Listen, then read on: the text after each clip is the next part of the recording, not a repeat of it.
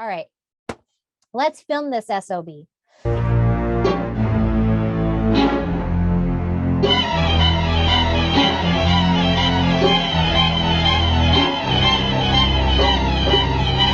Okay, welcome back. Click on the thing. Excited for this episode. It's going to be absolutely hysterical. We are talking about bad guys from scary movies, and we are doing this stupid game where you don't say the bad word. do, marry, kill, and then we added let live. Yeah. So these are someone we would go to bed with, someone we would marry, someone we would kill, and then someone we would let live, even though they're a bad guy. Yeah. And yeah, I did take notes. I made my list, and let me tell you, all my reasonings are super selfish. Like they're all to benefit me. So correct. I just heads up. So do we want to do like start with do? Well, okay. My guy behind me is the guy I would do. So can I start? Yeah. Wait. Okay. Oh yeah, there he is. There he is. There's mine. There's yours. Yep. Which I'm not surprised at all that you would do Pennywise. You would do Hannibal? Oh, you wait. Okay. Let me start. Okay, Pennywise and Tim Curry Pennywise, not Bill Skarsgård. Don't get me started. No, I mean, Bill Skarsgård, he was good. He was creepy. Can't hold a candle to Tim Curry. Anyways, so I would do this guy because, and here's my reasoning. Okay, Pennywise knows everything that's going on in your brain. He knows your fears. He knows things that happen in your past. He can read your mind. So he would be a good, I hate this word, lover, because he would know what you like. He would know that you want this done, and you wouldn't even have to say it. He would just know automatically. Got it. So like, it would be really good. And also, I mean, I feel like it would just be like a little crazy. So it'd be memorable. Just a little. I mean, he'll probably make you hallucinate. So right. So I would hope that he wouldn't make it scary, because he would know that that's not what you like, and you're doing a certain something. So that was why I chose him for do. Or maybe he would, but in a weird, kinky way. We'd be okay with it because we would know that that's why it was being done. Mm-hmm. Mm-hmm. Okay, I do agree with you, Pennywise, Tim Curry, but that's because Tim Curry's just delicious anyways. God, in everything he's done. Everything. What was that meme I sent you the other day of the guy from Jurassic Park? Of course, I'm dropping his name right now. Jeff Goldblum. Yeah. Tim Curry and Jeff Goldblum are some of the ugliest men I've ever seen in my life. But yet, if they showed up at my door, I would 100% go with them wherever they wanted me to. Yeah, I wouldn't kick him out of bed. Wouldn't kick him out of bed at all. Right. So you know what? I support you. I support you in your decision to have a fling with Pennywise. Mm-hmm, mm-hmm, mm-hmm. Okay. I said Hannibal Lecter. Okay, this guy right here. Now, not the new Hannibal Lecter series. We're talking Sir Anthony Hopkins. Yeah, for sure. Hannibal Lecter. Okay. Here's why. He is so smart. In fact, he's like a genius, right? He's like super intellectual. If you've ever read about him or whatever, he's also, like any real serial killer, kind of hypersexual. It's always about pleasure. It's always about getting to the deep, dark part of it. Okay. Now, I'm not a super deep, dark person, and I don't have any weird like sexual fetishes or kinks, but I think he would be amazing to go to bed with because he really understands the body. Like, he's a doctor, so he understands the brain, he understands the body. And same like Pennywise, I would feel like I wouldn't have to explain to him what I need from him. Yeah. He would just know. And in a weird, dark, kinky way, I would like that he would be in control, because he would 100% be in control. Oh, I do like that. And that's funny because I do not like men to tell me what to do. Ever. Girl, you're talking to me. I'm literally a strong Italian-blooded woman. Do not tell me what to do. Yeah, except sometimes, not every time, but sometimes in the bedroom. I like that. Yeah. I do. I am a little submissive in some ways. In some ways. But again, the pull for me is that he is so intelligent that I would feel like grateful to be in his presence. Okay, so I honestly almost chose him too because of those same reasons. Mm-hmm. But I can't marry him because he'll obviously kill me. Well, I can't even. I can't comment on that because you've already kind of hit it. But oh no, you'll see. Okay. But the reason why I kind of passed him over was because I would be afraid. Because, like you said, he's really smart. He's really cultured. He's really like hyper sexual, hyper like perfectionist. Mm-hmm. I would be afraid that I would do something wrong and he would kill me for that. Like how in the movie, the guy in the orchestra missed one note. He missed one note and it made Hannibal go. Right. And he killed him for that. And it wasn't because he did anything wrong. It was because Hannibal was like, you don't know, you're going to mess up the world that I want to live in. So you're done. And I would be afraid that I would like, I don't know, make the wrong noise, queef or something. And then he'd be like, you know what? No. Okay. We are 5 minutes in and you already said queef. We're in trouble. Okay. We are in trouble. Listen, I see your point and I guess I'll raise the bar on this. I guess if he chose me, that's what would make it like, because I know he has a very specific aesthetic, very specific reason. So if I was chosen by him, right? Then you're safe. I'm like elevated to like the status of muse almost. Kind of like Clarice Starling, where she wasn't perfect in any way, but he let her live. Right. And the reason it worked is because she was his muse throughout the whole series.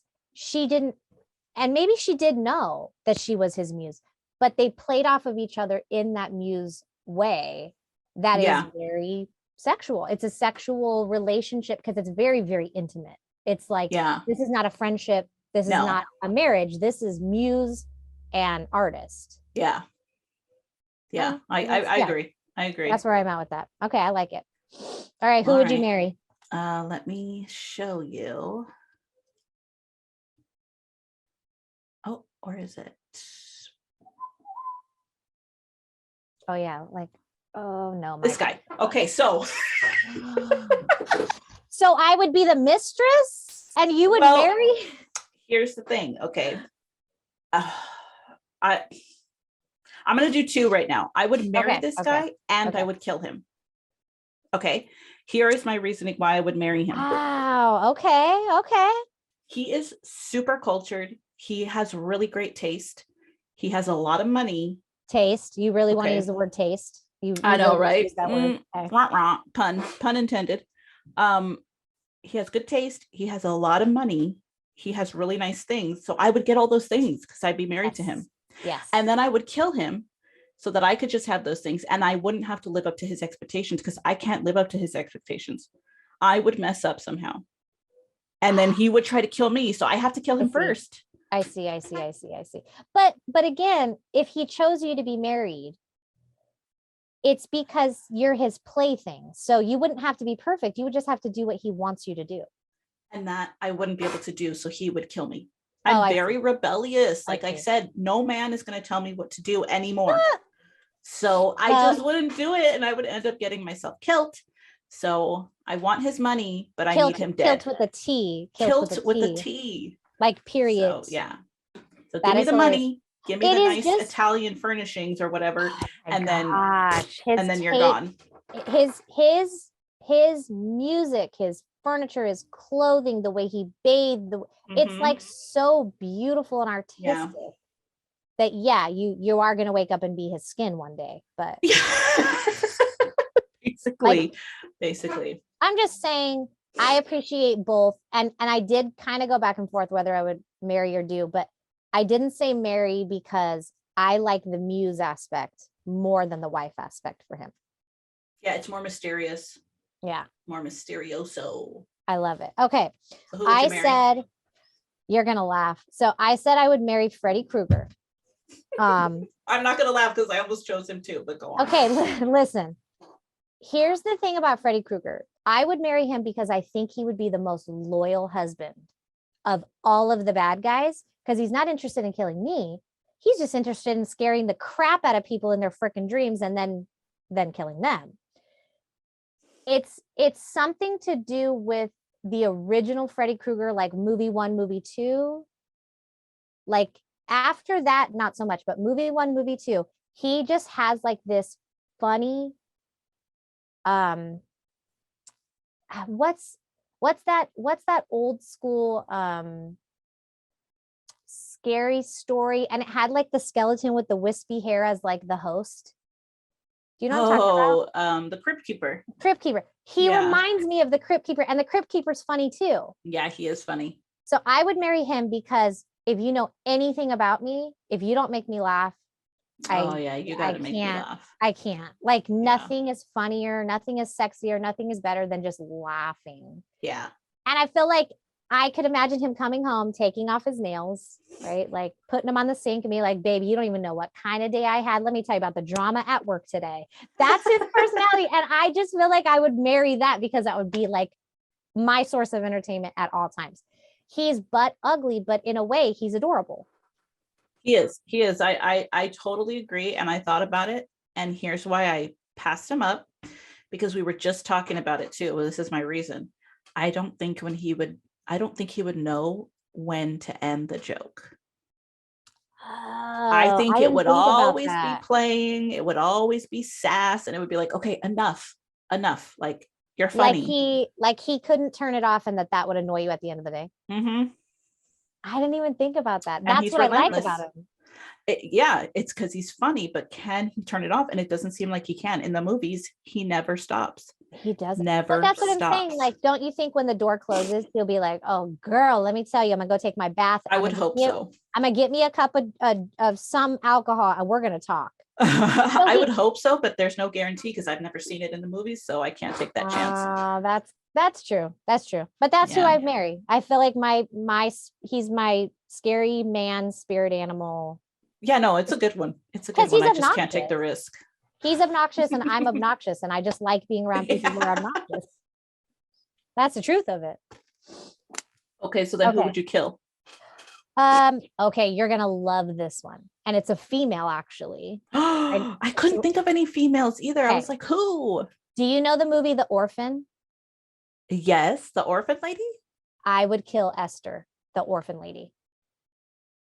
Okay. If you haven't seen the movie, Esther is this grown woman, but she has that disease where she looks like a child. Yeah. Okay. She comes from like Ukraine or Russia or something. She comes to the United States, pretends to be a child, gets adopted by this family, and basically kills the whole family except for like a mom. Because she's insane as well. She's like crazy. She's crazy too.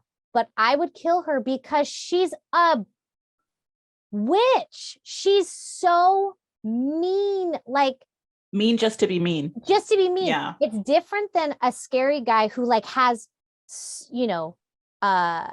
murderous impulses. She's doing this because she wanted to be with the dad.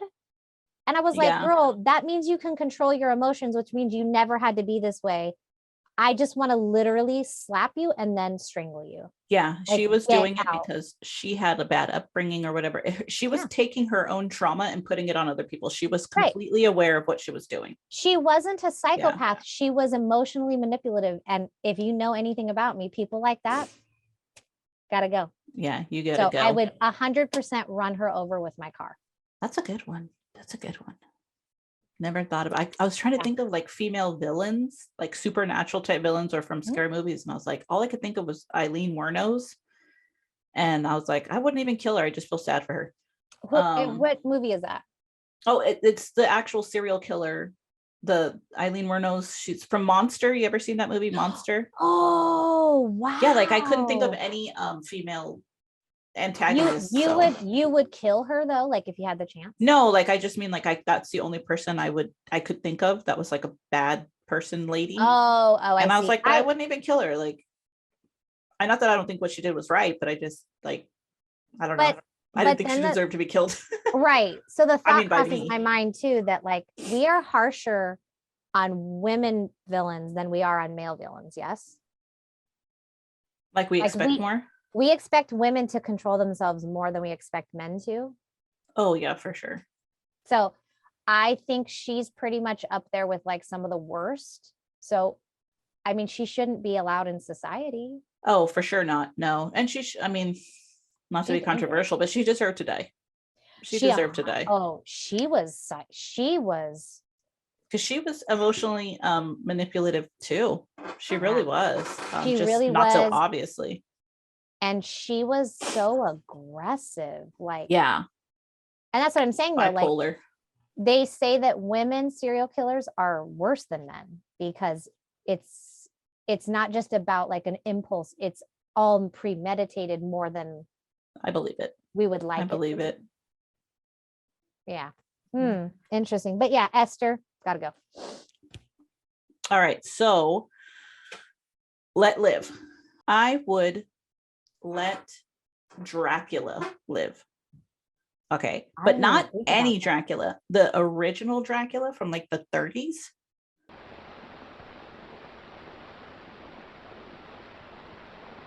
I am Dracula. First of all, that Dracula, he was a little wimpy in a way because it was old school, so he wasn't super scary. So I feel he was more like yeah. So I would let him live because I don't think he's a threat. And also, he has a really cool gift of immortality. So like maybe if I made friends with him, he would make me immortal. And then like I would get something out of it. I didn't even think of that. That's hilarious. Like, listen, bite me, but like don't kill me, but yeah, like don't kill me. Like we'll be friends. Do you want to be immortal? Yes and no. Immortal if I had like a partner, like somebody to be with. No. Yeah.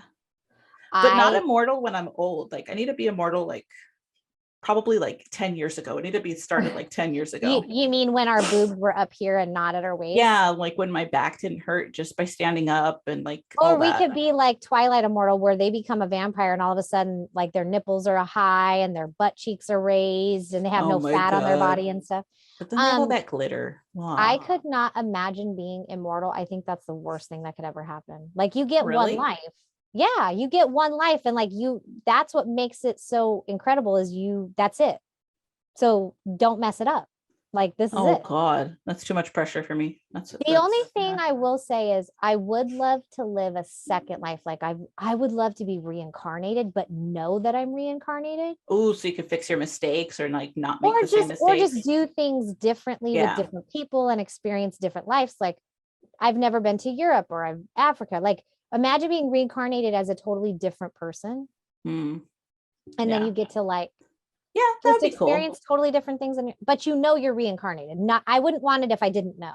Yeah, like what's the point of that? Oh, great, right. I get to do it all over again, but like I'm ignorant. Yeah, no thanks. Yeah, no. I like that. Okay, I said for let live, I said Jigsaw, and I'll tell you why. What? Oh my God! I know. Everybody hates him, but here's the thing. I have watched all of the Saw movies. I want to play a game. I couldn't make it past number 3, but all right. He, in his psychotic way, serves a really interesting purpose for people like me who think about why he does this to people, right?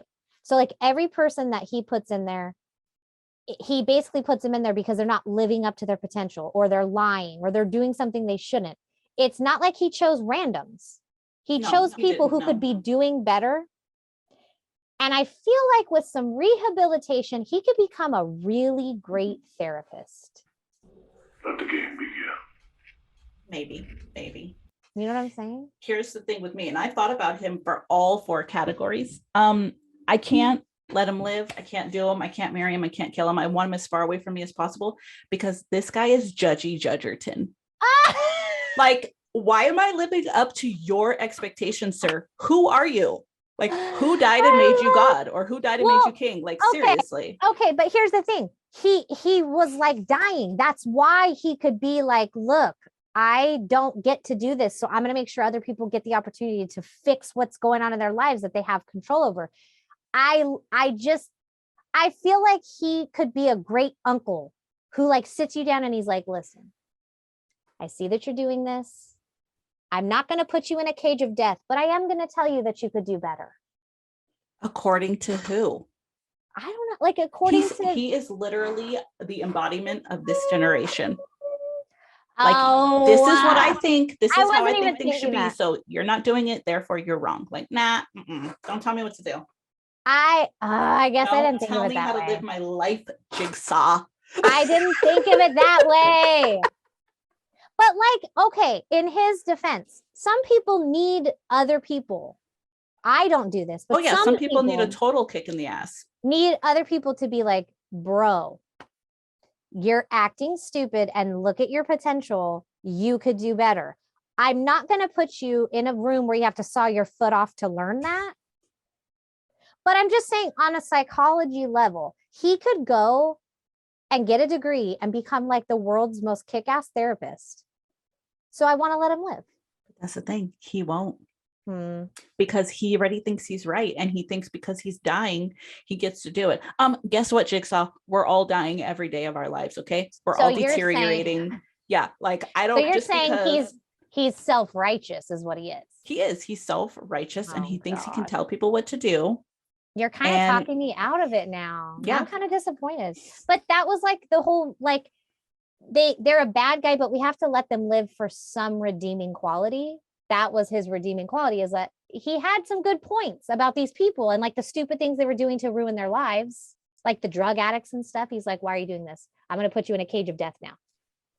You know what it is too, is that I feel like the best punishment, the best lesson learned is one that you learn on your own. Because I could tell a drug addict till they're I'm blue in the face that Boring. You're doing wrong, you're doing all this. But it's not until you hit rock bottom. It's not until you burn yourself are you going to learn. Listen, we are doing a do, marry, kill, let live list. I'm not bringing logic into this, Melorie. I don't want to hear your logical explanation about how he's self-righteous and, people need to learn their lessons on their own. I don't care about that, okay? I'm a true believer in karma. I guess that's why. I'm a believer in karma. Yeah. And you don't think Jigsaw knows that? Jigsaw knows all about karma. He creates the karma.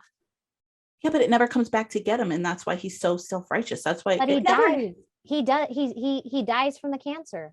Oh, boo-hoo! That's natural causes in a way. He doesn't get what somebody else gets. He doesn't get. What is that thing with this cut? It rips her open or whatever. Like, that's not karma. That's just life. All right. Listen.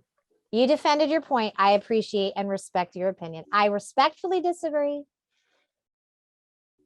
But that's because I'm me and I just look at him and I'm like, man, his methods weren't right, but what he's doing is right. Yes, his intentions were good, but the way he went around doing it was not good because he was basing it off of his own moral compass. And like we were talking about earlier, not everybody is going to see things the way you do, and not everybody's going to live their life the way you do. So you either got to go, I'm going to get pissed about this and make a fuss, or you're going to go, live your life, buddy. I just feel so personally attacked by what you're saying. That's all I wanted to say. Why? Because I'm using your own words against you? Because I literally am the person, or at least I used to be the person that was like, I'm going to tell you what you're doing wrong because I know you can do better. And I want to make sure you know that about yourself. And it would backfire every single time because frankly, that's none of my business.